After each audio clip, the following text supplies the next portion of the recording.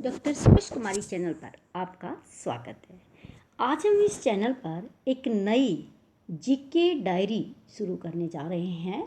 Daily के daily 10 प्रश्न आपको एक्सप्लेनेशन के साथ बताए जाएंगे, क्योंकि ज्ञान है वो कभी भी ना तो पुराना होता है और ना कभी अधिक होता है। जितना सीखा जाए उतना ही कम होता है। तो सभी ही भविष्य में किसी न किसी परीक्षा में शामिल होने के लिए, अपने आप को अपडेट करने के लिए इस प्रतियोगिता को ज्वाइन करना चाहिए। तो मैं आप लोगों को बताना चाहती हूँ कि प्रतिदिन आपको 10 प्रश्न करवाए जाएंगे और इस तरीके के प्रश्न होंगे और समझाने की विधि भी ऐसी होगी कि आप एक बार करने के बाद उनको कभी भूल नहीं पाएंगे। तो चाहेंगे आप डॉक्टर सुरेश कुमारी चैनल को सब्सक्राइब कर लीजिएगा, ताकि आपकी एक भी कड़ी बीच से छूटे नहीं। तो मैं अब आपको आज के प्रश्न शुरू करवाती हूँ। सबसे पहले देखिए, आपसे मैं इंटरनेशनल लेवल के क्वेश्चंस आज है जो बहुत करंट है और हर तरह की छोटी बड़ी परीक्षाओं में पूछे जाते हैं। देखिए, यूरोपीय संघ की स्थापना कब हुई थी? तो सबसे पहले मैं आपको बता दूं, यूरोपीय संघ क्या है। ये 14 देशों का समूह है, जो यूरोप के अंदर जो देश है, जिसमें Italy, Germany, Brussels, England, Scotland, ये देश जिसमें शामिल है। 14 देशों का समूह है जिन्होंने अपना आर्थिक विकास और संस्कृति को साझा करने के लिए इकट्ठा किया था और बेल्जियम की राजधानी ब्रुसेल्स में इसका कार्यालय बनाया था। तो इसकी स्थापना कब हुई थी? 1992 में हुई थी। किसकी? इसको शॉर्टकट में EU भी बोला जाता है। तो इसका पूरा नाम क्या है? यूरोपीय संघ। EU यूरोपीय संघ, जिसकी स्थापना 1992 में हुई थी। अब देखिए, जर्मनी का एकीकरण कब हुआ था? तो जर्मनी, पूर्वी जर्मनी और पश्चिमी जर्मनी, जिसमें बर्लिन की दीवार को तोड़ा गया, और जर्मनी का एकीकरण 1990 में हुआ था। ये भी बहुत इम्पोर्टेंट प्रश्न है कि यूरोप के अंदर जो जर्मनी देश है उसका पूर्वी और पश्चिमी जर्मनी में बर्लिन की दीवार से 2 भागों में विभाजित था। तो उसका एकीकरण किया गया। तो वो कब हुआ था? 1990 में हुआ था। अब हम आते हैं अपने पड़ोसी देश चीन पर। चीन में साम्यवादी सरकार, जो वर्तमान समय में भी साम्यवादी सरकार प्रचलित है, तो साम्यवादी क्रांति जो हुई थी उसका नेतृत्व किसने किया था? तो उसका नेतृत्व माओ त्से तुंग ने किया था। यानी कि माओ त्से तुंग साम्यवादी क्रांति का क्या था? प्रवर्तक था और साम्यवादी क्रांति को आगे बढ़ाने वाला था, और उसके नेतृत्व में चीन के अंदर साम्यवादी क्रांति हुई थी। तो चीन एक वर्तमान समय में दुनिया का सबसे बड़ा क्या है? साम्यवादी देश है।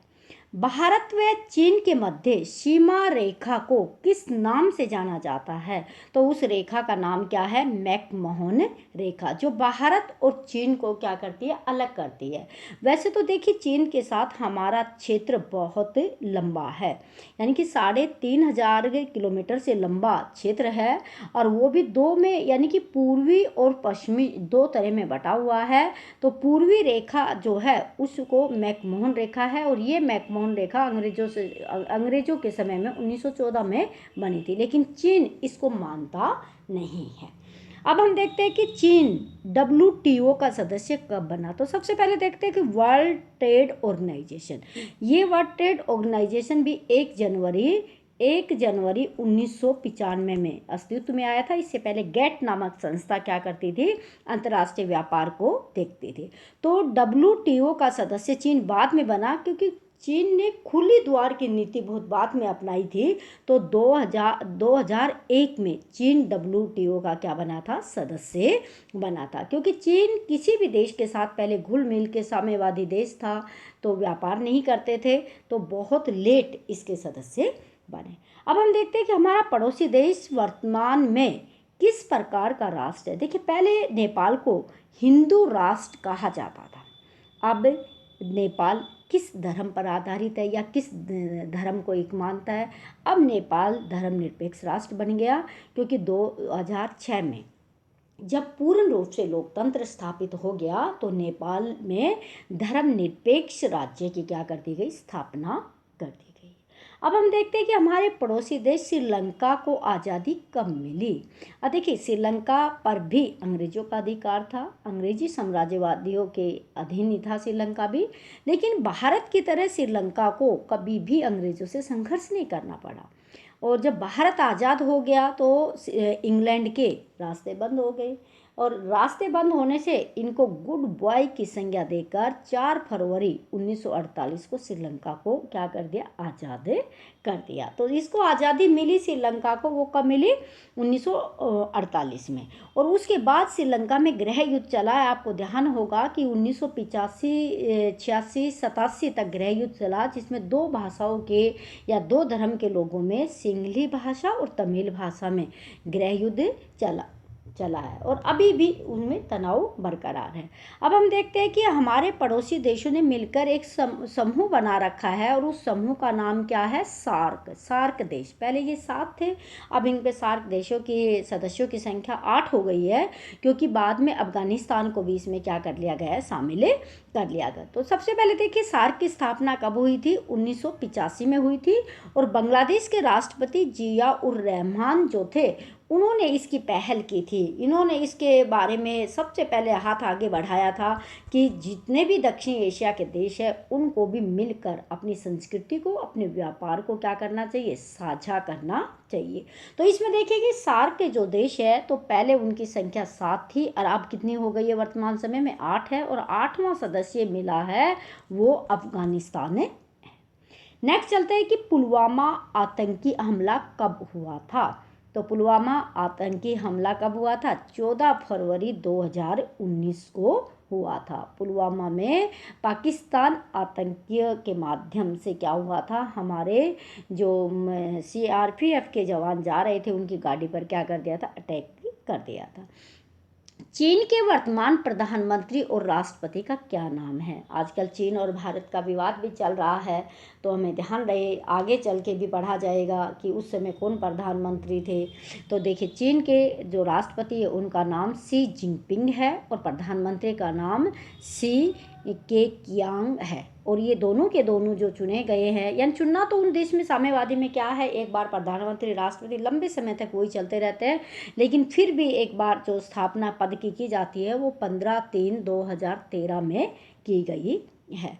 तो ये थे आज के 10 प्रश्न। मुझे उम्मीद है कि आपको समझ में आया होगा, और आप इनको क्या करेंगे, इनको याद रखेंगे। अब मैं आपको इंटरनेशनल पॉलिटिक्स से एक तथ्य है जिसको हमेशा एक टॉपिक को लेके आऊँगी, और उस टॉपिक के बारे में आपको बड़े अच्छे से समझाऊंगी। देखिए, शाक थेरेपी क्या है। देखिए, शाक थेरेपी लगता है कि किसी बीमारी का इलाज होगा।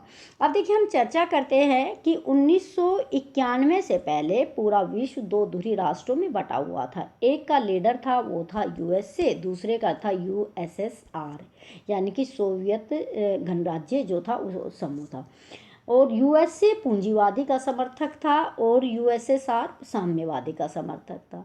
1991 में जब USSR का विघटन हो जाता है, उसके बाद जो उसके देश सारे टुकड़ों में बंट जाते हैं, तो जो देश है पूंजीवादी देश है, वो इन सबको भी पूंजीवादी पटरी पर ही उनकी ट्रेन चलाना चाहते हैं। लेकिन इसका मतलब, शॉक थेरेपी का मतलब है, ये इस तरह का करंट है, ये करंट लगाकर रोगी को आघात देकर, सदमा देकर उसका क्या किया जाता है, ट्रीटमेंट किया जाता है।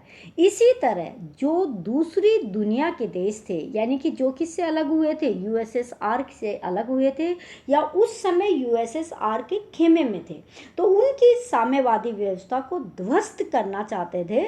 तो वो जो पूंजीवादी धुरी के देश थे, उनके इशारों पर विश्व बैंक, यानी कि वर्ल्ड बैंक और अंतर्राष्ट्रीय मुद्रा कोष IMF ये मुद्रा कोष है, इन्होंने इस तरह के लगातार नियमों के, निर्देशों के ऐसे शौक इन देशों को दिए कि इनकी अर्थव्यवस्था क्या हो गई, डगमगा गई। और उसमें ये करना चाहते थे कि 1991 के बाद जितने साम्यवादी देश है उनमें पूंजीवादी व्यवस्था को क्या कर दिया जाए, स्थापित कर दिया जाए। तो ये थेरेपी उनकी निजी संपत्ति, उनका सिद्धांत था, शॉक थेरेपी का सिद्धांत था कि निजी संपत्ति कायम की जाए। पहले सार्वजनिक संपत्ति थी, सब पर किसका अधिकार होता था? सरकार का अधिकार होता था, सबके साथ समानता का व्यवहार किया जाता था। अब निजी संपत्ति को महत्व दिया और मुक्त व्यापार पर आधारित नीति को अपनाया। यहाँ पर किसी व्यक्ति को गोली नहीं मारी जाती शॉक थेरेपी में, किसी देश पे हथियार नहीं उठाए जाते। बस क्या होता है, नियमों से उसको इतना आघात किया जाता है शॉक थेरेपी से, इन देशों की जो साम्यवादी व्यवस्था है उसको बदल दिया गया और एक तरह से पूंजीवादी व्यवस्था इन देशों में क्या कर दी, स्थापित कर दी। तो शुरू में तो शॉक थेरेपी जब इन देशों में लागू की गई तो इनकी अर्थव्यवस्था पूर्ण रूप से चरमरा गई थी, क्योंकि पहले सार्वजनिक क्षेत्र के अधिकार में थे, निजी क्षेत्र इतने पनपे नहीं, तो लोगों के सामने आर्थिक संकट पैदा हो गया। रूस की जो मुद्रा है रूबल, उसमें बहुत ज़्यादा गिरावट आ गई। तो एक तरह से सारे देश, कजाकिस्तान, किर्गिस्तान, उज्बेकिस्तान, तुर्किस्तान, जितने भी ये 15 देशों के समूह थे अलग अलग हुए, इनके सामने एक तरह से क्या हो गई थी, संकट पैदा हो गए थे। लेकिन बाद के 10 वर्षों के बाद जब इनको देखा जाता है कि शॉक थेरेपी के कुछ सकारात्मक प्रभाव आने लगे। सकारात्मक प्रभाव क्या हुए, इन देशों में भी पूंजीवादी व्यवस्था स्थापित होगी, निजीकरण का क्या हो गया, उदय हो गया। और इन देशों के सुधरने का सबसे बड़ा कारण यह था कि इस बेल्ट में लोहा, निकल, तांबा, प्राकृतिक गैस, पेट्रोल, इस चीज़ों के अपार क्या थे, भंडार थे। इनका निर्यात करके इन्होंने अपनी आर्थिक व्यवस्था को क्या कर लिया, मजबूत कर लिया। और जिन देशों में ये भंडार नहीं थे तो उन देशों से जब प्राकृतिक गैस की पाइपलाइन आई तो उनके किराया से और उनसे जो इनको धन प्राप्त होता था वहाँ से इन्होंने अपनी आर्थिक व्यवस्था को क्या कर लिया, मजबूत कर लिया। बाद में शॉक थेरेपी से इन देशों को क्या होने लगा, लाभ होने लगा। तो ये एक अंतर्राष्ट्रीय राजनीति का एक सिद्धांत है, एक थ्योरी है। अगर हम किसी को बदलना चाहते हैं, किसी को सुधारना चाहते हैं, किसी को अपने फेवर में करना चाहते हैं, तो उनको शॉक थेरेपी की तरह क्या दिया जाता है, एक शॉक दिया जाता है, आघात दिया जाता है, सदमा दिया जाता है। उसके बाद क्या होता है, वो उसमें क्या हो जाते, शामिल हो जाते हैं। ये थी शॉक थेरेपी।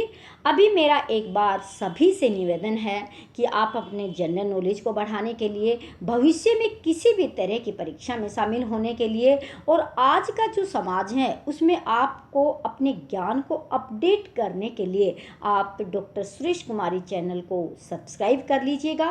और प्रतिदिन के प्रश्न क्रमबद्ध तरीके से आपको करवाया जाएगा, उसमें आप शामिल हो सकते हैं। तो आपको ये वीडियो ज़रूर पसंद आएगी। अब मेरे आपसे निवेदन है कि आप इस वीडियो को ज़्यादा से ज़्यादा शेयर करें और लाइक करें और चैनल को सब्सक्राइब करें। Thank you.